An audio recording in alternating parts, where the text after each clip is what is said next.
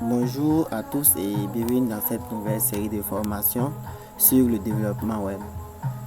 Au cours de cette formation, nous aurons à voir les nécessaires pour être bien et bon en développement web, précisément en HTML et en CSS.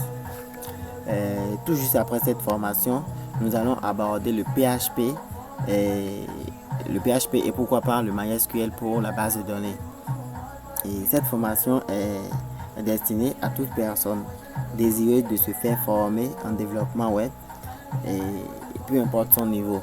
Alors si vous êtes un débutant, cette formation elle est faite pour vous. Elle est faite pour vous et je vous invite à vous abonner à la chaîne si vous ne l'avez pas encore fait et d'activer la cloche de notification pour être informé de nos prochaines vidéos. Et sans plus tarder, nous allons démarrer la première séquence de cette formation qui est destinée à juste une introduction sur le développement web. Vous savez qu'on ne peut pas évoluer dans un domaine sans connaître ou avoir quelques idées sur certaines choses dans le domaine. Et là, si nous parlons du développement web, c'est que nous parlons directement de la conception d'un site web. Et alors, c'est quoi un site web? Un site web, c'est juste un ensemble, une collection de pages web interconnectées entre elles et accessibles via Internet à travers un navigateur web. Et sur une page web, on peut avoir des tests, des liens, des vidéos, des images, etc. Et nous avons principalement deux catégories de sites. Allez, bonjour. Comment vous allez? Ça va très bien, j'espère. Nous avons les sites web statiques et les sites web dynamiques. Un site web statique est un site où les informations ne varient pas et il n'y a pas d'interaction entre ce site et les utilisateurs. Et c'est un site qu'on réalise très souvent avec uniquement du HTML et du CSS. Par contre, un site web dynamique, c'est un site dont les informations varient en fonction du temps et en fonction de l'utilisateur. Il y a également interaction entre les utilisateurs et ce site. Et un navigateur web, c'est un logiciel qu'on utilise pour accéder,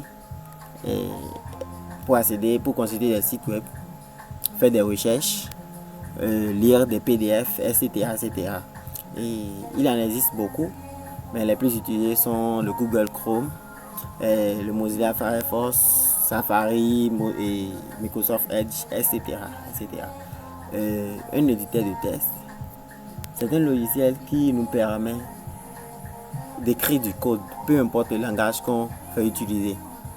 Et pour faire du HTML et du CSS, nous aurons forcément besoin d'un éditeur de test.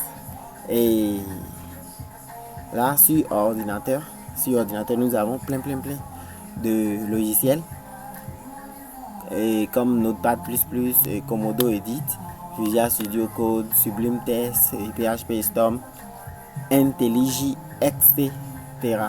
Et chacun est libre de faire son choix. Et moi, par exemple, j'utilise Visual Studio Code. J'aime très bien ce logiciel car il me permet d'avancer beaucoup dans le code. Et je vous le recommande même. Vous pouvez l'installer. Et d'ailleurs, c'est ça que je vais utiliser. C'est ça, moi, je vais utiliser pour la formation. Et je le répète encore, chacun est libre de faire son choix. Sur téléphone, je n'ai pas assez de connaissances sur des applications de développement, mais la seule que je connais et qui est très bien même, c'est Sublime Text Editor. Alors vous pouvez l'installer tranquillement et coder. Maintenant, qui peut faire du développement web? Parfois, on a envie de créer un site web, mais on se demande si c'est vraiment notre truc. Alors, tout le monde peut faire du développement web. Ce n'est pas destiné à un groupe de personnes et à un groupe de personnes déterminées ou à des experts en informatique. Non, tout le monde peut faire du développement web.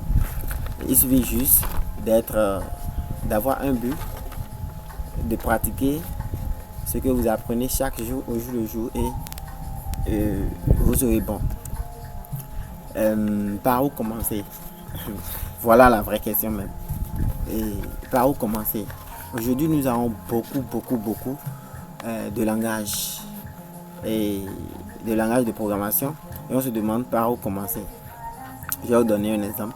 Quelqu'un qui veut commencer le développement web, quelqu'un qui n'a jamais codé et qui veut commencer, s'il commence par le JavaScript, il finira par le laisser s'il n'est pas très bien et stable mentalement.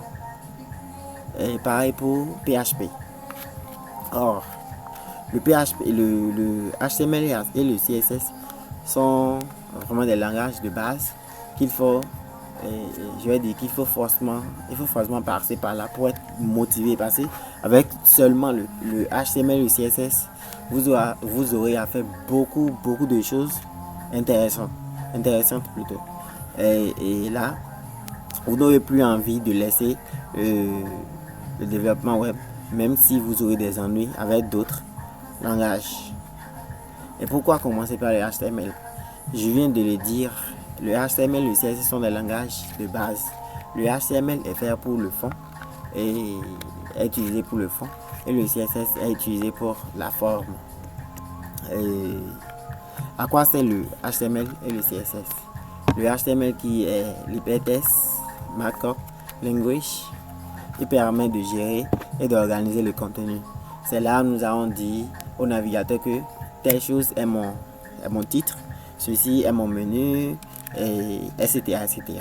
Maintenant, le CSS est également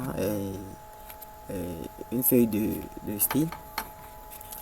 C'est également une feuille de style.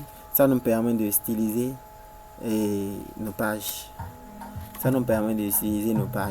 De faire les agencements, positionnement, décoration, couleur, taille de texte.